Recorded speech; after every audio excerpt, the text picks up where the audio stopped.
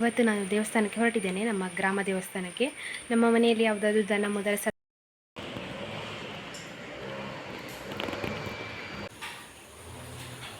12ವರೆಗೆ ಪೂಜೆ. ಇಂಥ critical situation ಈಗ ನನಗೆ ಒಮ್ಮೆ ಅವ್ರದ್ದು ಕಂಪ್ಲೀಟ್ ಕಡಿಮೆ ಆಗ್ತದೆ ಅಂತ ಆಗುವಾಗ ಒಮ್ಮೆ ಜೋರಾಗ್ತದೆ. ಹಾಗೆ ನೀನು ಮತ್ತಿಗಂತ ಎಣ್ಣೆ ಹಾಲು ಕುಡಿತಾ ಇದ್ದಾಳೆ. ಇವತ್ತು ನಾನು ಸ್ವಲ್ಪವೇ ಕರೆದದ್ದು ಮನೆಗೆ ತಕ್ಕ. ಎಂತ ಮಾಡೋದು, ಹೀಗೆ ನಾರಾಯಣ್ ಕಟ್ಟಾಗದಿರಲಿ ಅಂತ ಪ್ರೇ ಮಾಡ್ತಾ ಇದ್ದೇನೆ ಆಗದಿಂದ. ಹಾಗೆ ಅಂದರೆ ಅವ್ರಿಗೆ ಕಾಲು ಎತ್ತಿ ಕೆಳಗಿಡ್ಲಿಕ್ಕೆ ಆಗ್ತಾ ಇಲ್ಲ, ಅದಕ್ಕೆ ನಲ್ಲಿ ಸೆಟ್ ಮಾಡಿಟ್ಟಿದ್ದೇನೆ. ಇದರಲ್ಲಿ ಮಲಗಲೇಬೇಕು, ನೆಲದಲ್ಲಿ ಕೂತು ಏಳೋದ್ರಿಂದ ಕಷ್ಟ ಅಲ್ಲ. ಹಾಗೆ ಇದನ್ನು ನೋಡಿ, ಆಸ್ಪತ್ರೆಯಿಂದ ಬಂದರು, ಬ್ಯಾಂಡೇಜ್ ಮಾಡಿ ಕಳಿಸಿದ್ದಾರೆ. ಒಂದು ವೇಳೆ ಕಮ್ಮಿ ಇಲ್ಲ.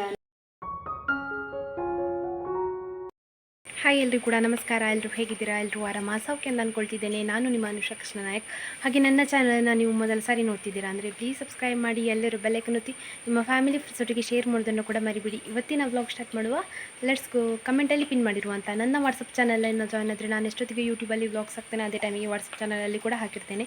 ನೀವು ಆ ಲಿಂಕನ್ನು ಕ್ಲಿಕ್ ಮಾಡಿ ನನ್ನ ವಾಟ್ಸಪ್ ಚಾನಲನ್ನು ಜಾಯ್ನ್ ಆದರೆ ಅಲ್ಲಿಂದಲೇ ವ್ಲಾಗ್ಸನ್ನು ನೋಡ್ಕೊಳ್ಬಹುದು. ಇವತ್ತು ನಾನು ದೇವಸ್ಥಾನಕ್ಕೆ ಹೊರಟಿದ್ದೇನೆ, ನಮ್ಮ ಗ್ರಾಮ ದೇವಸ್ಥಾನಕ್ಕೆ. ನಮ್ಮ ಮನೆಯಲ್ಲಿ ಯಾವುದಾದ್ರೂ ದನ ಮೊದಲ ಸಲ ಕರು ಹಾಕಿದರೆ ನಾವು ಮೊದಲ ಹಾಲನ್ನು ದೇವರಿಗೆ ಕೊಡೋದು ಮೊದಲು, ಆಮೇಲೆ ಅದನ್ನು ಡೈರಿಗೆ ಕೊಡುವಂಥದ್ದು. ಇವತ್ತು 11ನೇ ದಿವಸ, ಹಾಗಾಗಿ ಬೆಳಿಗ್ಗೆ ಬೇಗ ಎದ್ದು ಕೆಲಸ ಎಲ್ಲ ಮಾಡಿ ದನಗಳನ್ನು ಸ್ನಾನ ಮಾಡಿಸಿ ಮಡ್ಡಿಯೆಲ್ಲ ಕೊಟ್ಟವರಿಗೆ ತಿನ್ನಲಿಕ್ಕೆಲ್ಲ ಕೊಟ್ಟಾಯಿತು. ಹುಲ್ಲು ಕೂಡ ಒಂದು ಕಟ್ಟ ಹಿರಿದು ಈಗ ನಾನು ಸ್ನಾನ ಮಾಡಿ ದೇವಸ್ಥಾನಕ್ಕೆ ಹೊರಟಿದ್ದೇನೆ. ಆಯಿತಾ, ಬೆಳಗಿಂದ ಮಳೆ ಬರೋದು ನಿಲ್ಲೋದು ಆಗ್ತಾ ಉಂಟು. ಈಗ ನಾನು ಹೊರಡುವಾಗ ಮಳೆ ಬರ್ತಾ ಉಂಟು. ರೈನ್ ಕೋಟ್ ಹಾಕಿ ಹೋಗಬೇಕಷ್ಟೇ. ಹಾಲೆಲ್ಲ ಕ್ಯಾನಲ್ಲಿ ತುಂಬಿಸಿ ರೆಡಿ ಮಾಡಿದ್ದೇನೆ. ಇವತ್ತು ಮಧ್ಯಾಹ್ನದ್ದು 12 ಗಂಟೆಗೆ ಮಹಾಪೂಜೆ ಇರ್ತದೆ ದೇವಸ್ಥಾನದಲ್ಲಿ. ಮಹಾಪೂಜೆಗೆ ಹಾಲು ಪಾಯಸ ಇರ್ತದೆ. ಆಯಿತಾ, ಶ್ರೀಕೃಷ್ಣ ದೇವರಲ್ಲಿ ಇರೋದು, ಗೋಪಾಲಕೃಷ್ಣ ದೇವರು ಇರೋದು. ಹಾಗೆ ನಮ್ಮದು ಈ ದನಗಳದ್ದು, ನಮ್ಮ ಊರಲ್ಲಿ ಎಂತ ಅಂದರೆ ದನಗಳದ್ದು ಅಂತ ಹೇಳಿ ರಕ್ಷಣೆ ಅಂತ ಹೇಳಿ ಇರೋದು ಗ್ರಾಮಕ್ಕೆ ಅವರೇ ಗೋಪಾಲಕೃಷ್ಣ ದೇವರು, ಅಂದರೆ ಗೋವುಗಳನ್ನು ಕಾಯುವವರು ಅಂತಲೇ ಅರ್ಥ. ಹಾಗಾಗಿ ಮೊದಲ ಹಾಲನ್ನು ಅಲ್ಲಿ ಕೊಟ್ಟು ಇವತ್ತಿನ ಹಾಲು ಪಾಯಸಕ್ಕೆ ನಾನು ಮೊನ್ನೆ ಕಾಲ್ ಮಾಡಿ ದೇವಸ್ಥಾನದ ಅರ್ಚಕರ ಹತ್ರ ಕೇಳಿದ್ದೆ ಹೇಗೆ ಎಷ್ಟೊತ್ತಿಗೆ ತರ್ಬೋದು ಅಂತ. ಅವರು 11:15 11:30 ಒಳಗೆ ತನ್ನಿ ಅಂತ ಹೇಳಿದ್ದಾರೆ. ಈಗ 11 ಗಂಟೆ ಆಗ್ತಾ ಬಂತು ನಂದು ಕೆಲಸ ಮುಗಿಯೋಷ್ಟರಲ್ಲಿ. ನಾನು ಅಟ್ಲೀಸ್ಟ್ 10:45 ಇಲ್ಲಿಂದ ಹೋಗಬೇಕು ಅಂತಿತ್ತು, ಬಟ್ ಆಗಲಿಲ್ಲ. ನನಗೆ ಕೆಲಸ ಎಲ್ಲ ಮುಗಿಸೋಷ್ಟರಲ್ಲಿ ಸುಮಾರು ಹೊತ್ತಾಯಿತು. ಈಗ ಹೋಗಿ ಬರುವ. ಲೈಟಾಗಿ ಮಳೆ ಬರ್ತಾ ಉಂಟು. ನಾನು ದೇವಸ್ಥಾನಕ್ಕೆ ಹೋದ್ಮೇಲೆ ಬ್ಲಾಗ್ ಮಾಡ್ತೇನೆ.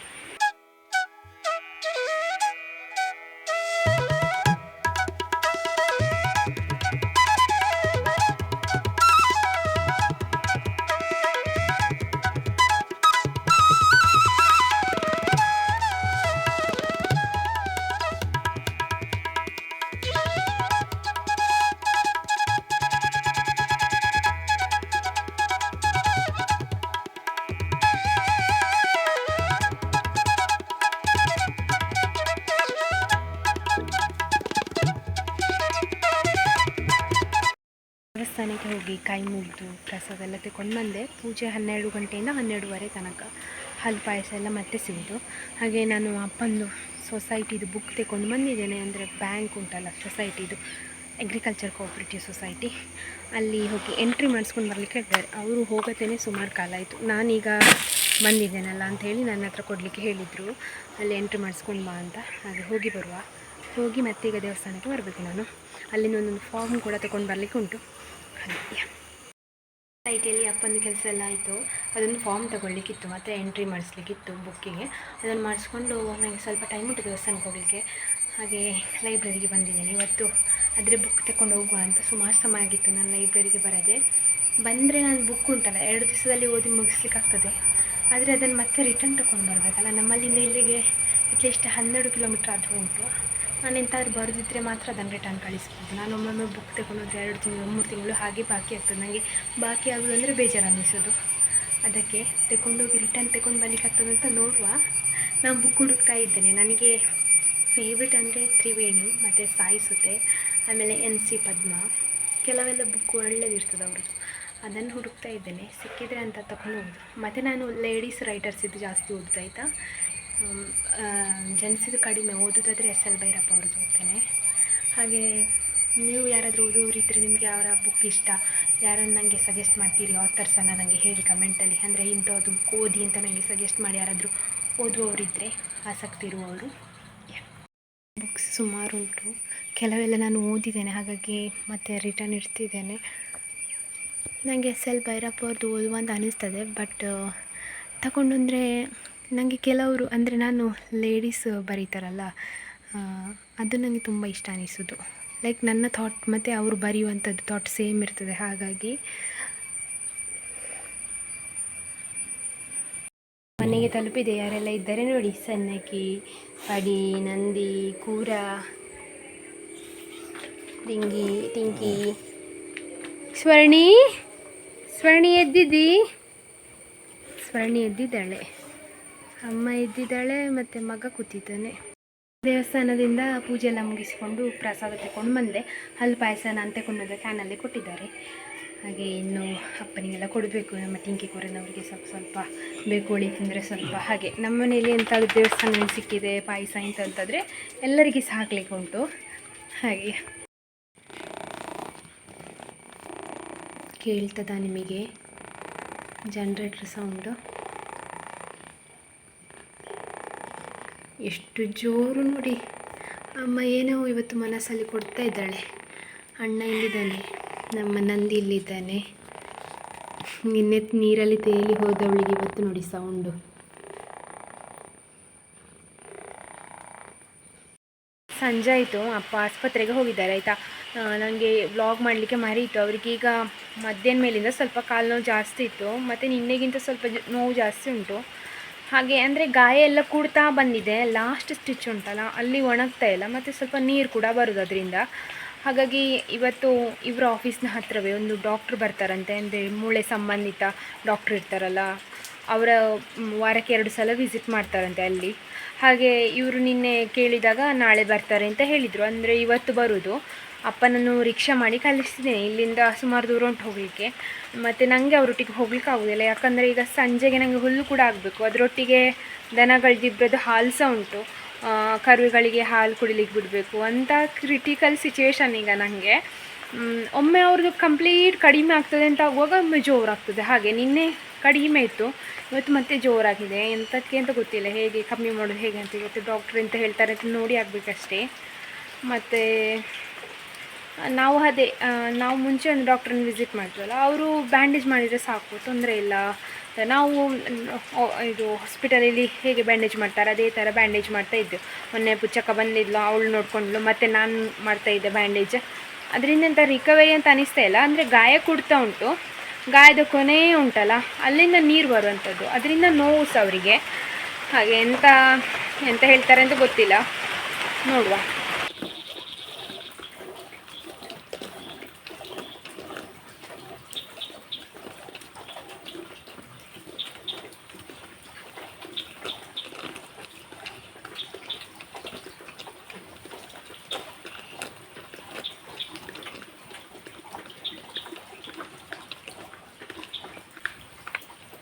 ಸೊಣ್ಣಮ್ಮ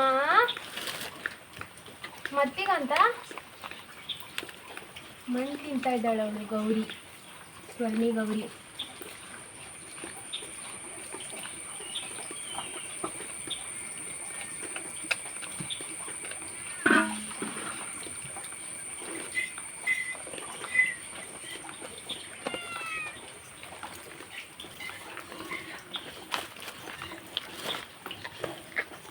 ಸಣ್ಣಕ್ಕಿ ಮತ್ತು ಶೊಳ್ಳಿ ಇಬ್ಬರು ಮಾತಾಡ್ತಿದ್ದಾರೆ, ಏನೋ ಡಿಸ್ಕಸ್ ಮಾಡ್ತಾ ಇದ್ದಾರೆ.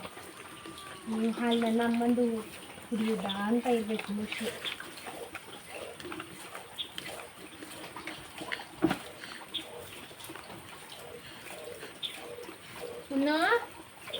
ಮೊನ್ನ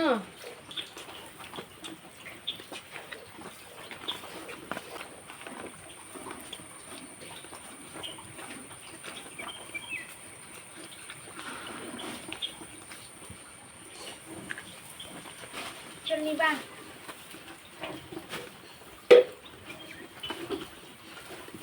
ಬಾ ಕುഞ്ഞമ്മോ.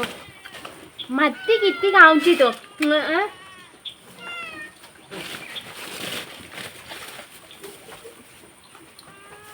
ಮತ್ತೆ ದೂದ್ ಕೈಶಾಗುಂತ ನಾಯಿ. ಎಣ್ಣೆ ಹಾಲು ಕುಡಿತಾ ಇದ್ದಾಳೆ. ಇವತ್ತು ನಾನು ಸ್ವಲ್ಪವೇ ಕರೆದದ್ದು ಮನೆಗೆ ತಕ್ಕ. ಹಾಗೆ ಇವತ್ತು ಜಾಸ್ತಿ ಹಾಲು ಸಿಗ್ಬೋದು ಇವಳಿಗೆ. ಇವರು ನೋಡಿ, ನಾನು ಹಾಲು ತರಲಿಲ್ಲ ಅಂಥೇಳಿ ಸಣ್ಣಕ್ಕಿ ನೋಡಿ. ದೂರ ನೀನು, ನಿಂಗೆ ಕಾಲೆಲ್ಲ ಗಲೀಜಾಗುವವಳಲ್ಲ ನೀನು, ಮತ್ತು ಇಲ್ಲಿಗೆ ನೀನು.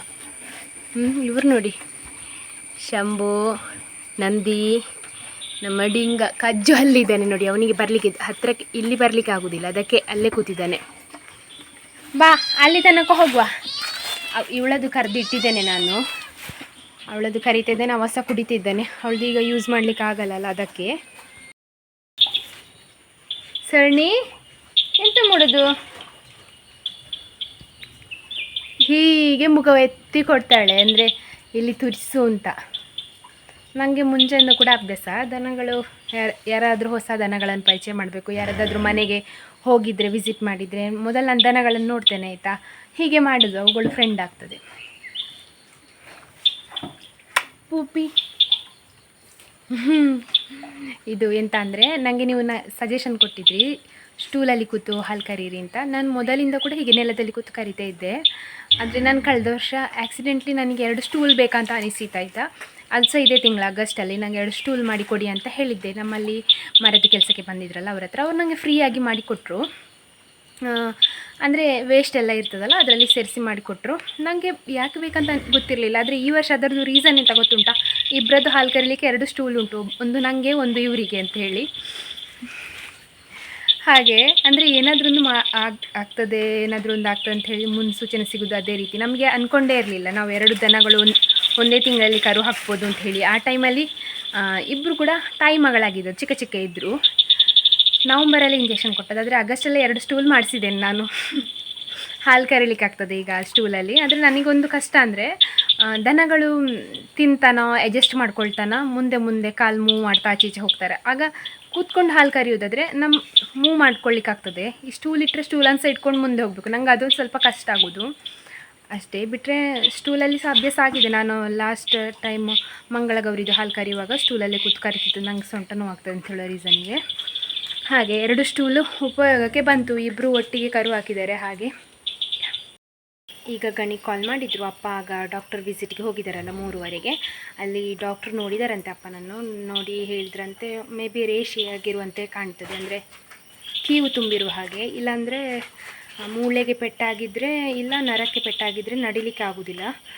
ಹಾಗೆಂತಾದರೆ, ಅಂದರೆ ಮೂಳೆಗೆ ಇಲ್ಲಾದರೆ ನರಕ್ಕೆ ಪೆಟ್ಟಾಗಿದ್ದರೆ ಆಪ್ರೇಷನ್ ಮಾಡಿಸ್ಬೇಕಷ್ಟೇ ಅಂತ ಹೇಳಿದಾರಂತೆ. ಅದಕ್ಕೆ ಎಕ್ಸ್ರೇ ಮಾಡಿಸ್ಲಿಕ್ಕೆ ಹೇಳಿದ್ದಾರೆ. ಇನ್ನು ಎಕ್ಸ್ರೇದು ರಿಸಲ್ಟ್ ಬಂದಾಗಬೇಕಷ್ಟೇ. ನಾನು ಇವ್ರು ಕಾಲ್ ಮಾಡ್ತಾರಾ ಎಂತ ಅಂತ ನೋಡಬೇಕಷ್ಟೇ. ಆದರೂ ನನಗೆ ಅಪ್ಪಂದಷ್ಟು ಅಂಥ ಸಿಚುವೇಶನ್ ಉಂಟು. ನಾನು ಧೈರ್ಯದಲ್ಲಿ ಹೇಗಿದ್ದೇನೆ ಅಂತ ನನಗೆ ಗೊತ್ತಿಲ್ಲ. ಮೊದಲಿನ ಅನುಷ, ನೀವು 2023ರ ಅನುಷ ನಾನು ನೋಡಿದರೆ ನಾನು ಇಷ್ಟೊತ್ತಿಗೆ ಅಳ್ತಿದ್ದೆ ಮೋಸ್ಟ್ಲಿ. ಆದರೆ ಈಗ ನನಗೆ ಪಾಸಿಟಿವ್ ಧೈರ್ಯ ಆಗಿರುವಂತಹ ನನ್ನ ಹಸ್ಬೆಂಡ್ ಇದ್ದಾರಲ್ಲ ಒಟ್ಟಿಗೆ, ಹಾಗಾಗಿ ಅಂತ ಅನಿಸ್ತದೆ. ಅವರಿಗೆ ತುಂಬ ಪಾಸಿಟಿವ್ ಆಯಿತಾ, ನನ್ನ ಗಂಡನಿಗೆ ತುಂಬ, ಅವರು ತುಂಬ ನನಗೆ ನಾನು ಎಷ್ಟು ನೆಗೆಟಿವ್ ಹೇಳ್ತೇನೆ ಅದರ 10 ಪಟ್ಟು ಅವರು ಪಾಸಿಟಿವ್ ತಗೊಂಡು ಹೋಗ್ತಾರೆ. ಆ ಥರ ಎಂತ ಆಗೋದಿಲ್ಲ, ಧೈರ್ಯ ತಗೋ ಹಾಗೆ ಹೀಗೆ ಅಂತ. ಅದರಿಂದ ನಾನು ಇಷ್ಟಿದ್ದೇನೆ ಆಯಿತಾ ಇಲ್ಲಿ ತನಕ. ನನಗೆ ಇಲ್ಲಾಂದರೆ ಈ ದನಗಳದ್ದು ಕೆಲಸ ಮಾಡುವಾಗ ಕೈಕಾಲೇ ಆಡ್ತಿರ್ಲಿಲ್ಲ ಮುಂಚೆ, ಹೀಗೇನಾದರೂ ಆಗಿದ್ದರೆ. ಈಗ ಇವ್ರು ನನಗೆ ತುಂಬ ಧೈರ್ಯ ತುಂಬೋದ್ರಿಂದ, ಮತ್ತು ನನಗೆ ಸಾಧಾರಣದಷ್ಟು ಸಹಾಯ ಕೂಡ ಮಾಡ್ತಾರೆ. ನಿಮಗೆ ಗೊತ್ತಿರ್ಬೋದು, ಅವರಿಗೆ ಒಂದು ಗೊತ್ತೇ ಇರಲಿಲ್ಲ, ಅಂದರೆ ತೋಟದಾಗಲಿ ದನಗಳದಾಗಲಿ ಪ್ರತಿಯೊಂದಕ್ಕೂ ನನಗೋಸ್ಕರ ಅಡ್ಜಸ್ಟ್ ಆಗಿದ್ದಾರೆ. ಹಾಗಾಗಿ ಪಾಪ ಅವರಿಗೆ ಇರೋದ್ರಿಂದ ನಾನು ಇಷ್ಟು ಧೈರ್ಯವಾಗಿ ಇಲ್ಲಿ ಇಷ್ಟು ಮ್ಯಾನೇಜ್ ಮಾಡ್ತೇನೆ. ಹಾಗೆ ಮತ್ತು ಈ ಕರುಗಳು ಹುಷಾರಾಗಿ ಓಡಾಡ್ತಿದ್ದಾರಲ್ಲ, ಅದನ್ನು ನೋಡಿ ಒಂದು ಧೈರ್ಯ ನನಗೆ. ಅಪ್ಪನಿಗೆ ಹುಷಾರಾಗ್ಬೋದು ಅಂತ ಅಂದ್ಕೊಂಡಿದ್ದೇನೆ, ಹೇಗಾಗ್ತದೆ ಅಂತ ಗೊತ್ತಿಲ್ಲ. ಆಪ್ರೇಷನ್ ಅದು ನರ ಏನು ಕಟ್ಟಾಗದಿರಲಿ ಅಂತ ಪ್ರೇ ಮಾಡ್ತಾ ಇದ್ದೇನೆ ಆಗದಿಂದ. ಹಾಗೆ ಅಂದರೆ ಅವ್ರಿಗೆ ಕಾಲು ಎತ್ತಿ ಕೆಳಗೆ ಇಡ್ಲಿಕ್ಕೆ ಆಗ್ತಾಯಿಲ್ಲ, ಅದಕ್ಕೆ ಡಾಕ್ಟ್ರ್ ಹಾಗೆ ಹೇಳಿದ್ರಂತೆ. ನೋಡುವ ಎಂತ ಆಗ್ತಂತ ನಾನು ನಿಮಗೆ ಮತ್ತೆ ಹೇಳ್ತೇನೆ, ಡಾಕ್ಟ್ರು ಏನು ಹೇಳ್ತಾರೆ ಅಂತ ನೋಡಿ. ಈ ಕೋಣೆಯಲ್ಲಿ ಮಂಚ ಇತ್ತು, ಇದರಲ್ಲಿ ಬೆಡ್ ಎಲ್ಲ ಇತ್ತು ಆಯಿತಾ. ಇಲ್ಲಿ ದೇವರನ್ನು ಇಟ್ಟಿದ್ದೇವೆ, ಇನ್ನು ಇಲ್ಲಿ ಹಾಕ್ಬೇಕಷ್ಟೇ. ಆ ಮಂಚವನ್ನು ತಂದು ಇಲ್ಲಿ ಹಾಕಿದ್ದೇನೆ. ಈಗ ಅಪ್ಪ ಬರೋದಕ್ಕಿಂತ ಮುಂಚೆ, ಆಸ್ಪತ್ರೆಯಿಂದ ಬರೋದಕ್ಕಿಂತ ಮುಂಚೆ ಅವರ ಚಾಪೆನ ಇದಕ್ಕೆ ಸೆಟ್ ಮಾಡಬೇಕು. ಹಾಗೆ ನನಗೆ ಒಬ್ಬಳಿಗೆ ಆಗ್ತಂತ ಅಂದ್ಕೊಂಡಿರಲಿಲ್ಲ, ಪುಣ್ಯಕ್ಕೆ ಆಯಿತು. ಇದನ್ನು ಉಲ್ಟಾ ಮಾಡಿಡುವ, ಅವರಿಗೆ ಟಿ ವಿ ನೋಡಲಿಕ್ಕೆ ಆಗಬೇಕಲ್ಲ, ಅದಕ್ಕೆ ಇದು ಅವ್ರದ್ದು ಚಾಪೆ. ಅವರು ಈ ಚಾಪೆ ಬಿಟ್ಟು ಹೇಳ್ತಾ ಇರಲಿಲ್ಲ. ಈಗ ಅವ್ರು ಬರೋಕ್ಕಿಂತ ಮುಂಚೆ ಸೆಟ್ ಮಾಡಿಡುವ. ಮನೆಯಲ್ಲಿ ನಾನು ಸೆಟ್ ಮಾಡಿಟ್ಟಿದ್ದೇನೆ, ಇದರಲ್ಲಿ ಮಲಗಲೇಬೇಕು. ನೆಲದಲ್ಲಿ ಕೂತು ಹೇಳೋದ್ರಿಂದ ಕಷ್ಟ ಅಲ್ಲ, ಹಾಗೆ ಇದನ್ನೊಂದು ರೆಡಿ ಮಾಡಿದ್ದೇನೆ. ಮತ್ತು ನೀವು ನನಗೆ ಹೇಳಬೇಡಿ ಬೆಡ್ ಕೊಡಿ ಅಪ್ಪನಿಗೆ, ಬೆಡ್ಡಲ್ಲಿ ಮಲಗಿಸಿ ಅಂತ. ನನ್ನ ಅಪ್ಪ ಬೆಡ್ಡಲ್ಲಿ ಮಲಗುವುದೇ ಇಲ್ಲ ಆಯಿತಾ. ಅವ್ರದ್ದು ಒಂದೇ ನಾನು ಚಾಪೆಯಲ್ಲೇ ಮಲಗೋದು, ನೆಲದಲ್ಲೇ ಬಿದ್ದವನ್ನ ನೆಲದಲ್ಲೇ ಮಲಗೋದು, ಹೋಗುವಾಗ ಸಹ ನೆಲದಲ್ಲೇ ಹೋಗೋದು, ಆ ಥರ ಅವ್ರದ್ದು ಥಾಟ್ ಆಯ್ತು. ಅವ್ರು ನಂಗೆ ಸುಮಾರು ಸರ್ತಿ ಹೇಳಿದ್ದಾರೆ. ಈಗ ಇದರಲ್ಲಿ ಮಲಗಿಸ್ಲಿಕ್ಕೆ ಒಪ್ತಾರಾ ಹೇಗೆ ಅಂತ ಗೊತ್ತಿಲ್ಲ. ನಾನಂತೂ ರೆಡಿ ಮಾಡಿಟ್ಟಿದ್ದೇನೆ. ಇದು ಅವರದ್ದು ಚಾಪೆ ಆಯಿತಾ. ಹೊಸತ್ತು ಚಾಪೆ ಇನ್ನೂ ಕೂಡ ಹಾಕಲಿಲ್ಲ. ಯಾವಾಗ ಹಾಕ್ತಾರೆ, ಯಾವಾಗ ಮುಹೂರ್ತ ಅಂತ ನನಗೆ ಗೊತ್ತಿಲ್ಲ. ಮತ್ತು ಈ ಪ್ರಾಯದವರನ್ನು ಒಪ್ಪಿಸೋದು ಕಷ್ಟ ಆಯಿತಾ. ಒಂದು ಕಾಲಿದು ಗಾಯದ ಎಕ್ಸ್ರೇ ತೆಗಿಲಿಕ್ಕೆ ಉಂಟು ಅಂತ ಹೇಳಿದ್ದೆಲ್ಲ ನಿಮ್ಮ ಹತ್ರ. ಅದರಲ್ಲಿ ಅಂಥದ್ದು ದೊಡ್ಡದಾಗಿ ಏನು ಕಾಣೋದಿಲ್ಲಂತೆ, ನರ ಕಟ್ಟಾದ ಹಾಗೆ ಅಥವಾ ಇದು ಮೂಳೆಗೆ ತೊಂದರೆ ಆದ ಹಾಗೆ. ಆದರೆ ಏನೋ ಒಂದು ಸ್ವಲ್ಪ ಅದರಲ್ಲಿ ಕಾಣ್ತದಂತೆ, ಚೂರು ಪೆಟ್ಟಾದ ಹಾಗೆ. ಅದಕ್ಕೆ ಡ್ರೆಸ್ಸಿಂಗ್ ಎಲ್ಲ ಮಾಡಿ ಮಾತ್ರೆ ಎಲ್ಲ ಕೊಟ್ಟು ಕಳಿಸ್ತಾರೆ. ಒಂದು ವೇಳೆ ಕಮ್ಮಿ ಆಗಲಿಲ್ಲ ಅಂದರೆ, ಅಲ್ಲಿ ನೋವು ಕಡಿಮೆ ಇಲ್ಲ ಅಂತ ಹೇಳಿದರೆ ಹಾಸ್ಪಿಟಲ್ಗೆ ಹೋಗಬೇಕಷ್ಟೇ. ಹೇಗೆ ಅಂತ 2 ದಿವಸದ್ದು ಮೆಡಿಸಿನ್ ಕೊಟ್ಟಿದ್ದಾರೆ ಅಂತ ಇವ್ರು ನನಗೆ ಕಾಲ್ ಮಾಡಿ ಹೇಳಿದರು. ಅಪ್ಪ ಬರೋದಕ್ಕಿಂತ ಮುಂಚೆ ಮನೆಯೆಲ್ಲ ಗುಡಿಸಿ ಒರೆಸಿ ಆಯಿತು. ಯಾಕಂದರೆ ಅವರು ಇರುವಾಗ ಅವರನ್ನು ಏಳಿ ಕೂರಿ ಅಂತ ಹೇಳಲಿಕ್ಕೆ ಆಗೋದಿಲ್ಲ. ನಾನು ಮನೆ ಗುಡಿಸಿದ್ದು ಈಗ ಆಯಿತಾ. ನನಗೆ ಮನೆ ಗುಡಿಸ್ಲಿಕ್ಕೆ ಸಹ ಪುರ್ಸೋದು ಸಿಗೋದಿಲ್ಲ, ದನಗಳದ್ದು ಕೆಲಸ ಇರೋದ್ರಿಂದ. ಈಗ ಗುಡಿಸಿ ಒರೆಸಿದ್ದೇನೆ ಫಿನೈಲೆಲ್ಲ ಹಾಕಿ. ಅಪ್ಪಂದದು ಗಾಯದುಂಟಲ್ಲ, ಒಂದು ಸ್ವಲ್ಪ ನೀರೆಲ್ಲ ಬೀಳ್ತದಲ್ಲ, ಅದರದ್ದೊಂದು ಬೇರೆ ಥರ ಸ್ಮೆಲ್ ಬರ್ತಾ ಇತ್ತು. ಅದಕ್ಕೆ ಹೊರಲು ಫಿನೈಲ್ ಹಾಕಿ ಈಗ ಒರೆಸಿ ಆಯಿತು. ಈಗ ಫ್ರೆಶ್ ಫೀಲ್ ಬರ್ತಾ ಉಂಟು. ಮತ್ತೆಂತಂದರೆ ಅಪ್ಪನಿಗೆ ಇದೆಲ್ಲ ರೆಡಿ ಮಾಡಿಟ್ಟಿದ್ದೇನೆ, ಮಂಚ ರೆಡಿ ಮಾಡಿಟ್ಟಿದ್ದೇನೆ. ಅದು ಸಹ ಅವರಿಗೆ ಗೌರ್ಮೆಂಟಿಂದ ಸಿಕ್ಕಿತ್ತು. ಅಪ್ಪನಿಗೆ ಮಂಚ ಮಾಡಿಸ್ಬೇಕು ಅಥವಾ ನಾನು ಹಾಸಿಗೆಯಲ್ಲಿ ಮಲಗಬೇಕು ಅಂತ ಇಲ್ಲವೇ ಇಲ್ಲ ಆಯಿತಾ. ಮುಂಚೆನೂ ಕೂಡ ಈ ಥರದ್ದು ಸಿಚುವೇಶನ್ ಬರುವಾಗ ಮಲಗಲೇಬೇಕಾಗ್ತದೆ. ಹಾಗಾಗಿ ಈಗ ರೆಡಿ ಮಾಡಿಟ್ಟಿದ್ದೇನೆ. ಇನ್ನು ಮಲಗಿದ್ರೆ ಸಾಕು ಅಂತ ಅಂದ್ಕೊಳ್ತಿದ್ದೇನೆ. ಅಪ್ಪ ನೋಡಿ ಆಸ್ಪತ್ರೆಯಿಂದ ಬಂದರು, ಬ್ಯಾಂಡೇಜ್ ಮಾಡಿ ಕಳಿಸಿದ್ದಾರೆ. ಒಂದು ವೇಳೆ ಕಮ್ಮಿ ಇಲ್ಲ ಅಂದರೆ ಮತ್ತೆ ಶನಿವಾರ ಹೋಗಬೇಕಾಗ್ತದೆ ಆಸ್ಪತ್ರೆಗೆ. ಇವ್ರದ್ದು ಕೇರ್ಲೆಸ್ಸಿಂದ ಅದಿಷ್ಟು. ಮೊನ್ನೆ ಹೋಗುವ ಅಂತ ಹೇಳಿದ್ದಕ್ಕೆ ಬೇಡ ಬೇಡ ನಂಗೆ ಕಡಿಮೆ ಆಗ್ತದೆ ಅಂತ ಹೇಳಿ ಈಗ ಮತ್ತೆ ಜೋರಾದಾಗ ರಿಟರ್ನ್ ಹೊರಟಿದ್ದಾರೆ. ಕಮ್ಮಿ ಆದರೆ ಸಾಕು ಅಂತ ಅಂದ್ಕೊಳ್ತಿದ್ದೇನೆ. ನೋಡಿ ಮಂಚದಲ್ಲಿ ಮಲಗಿದ್ದಾರೆ ಪುಣ್ಯಕ್ಕೆ.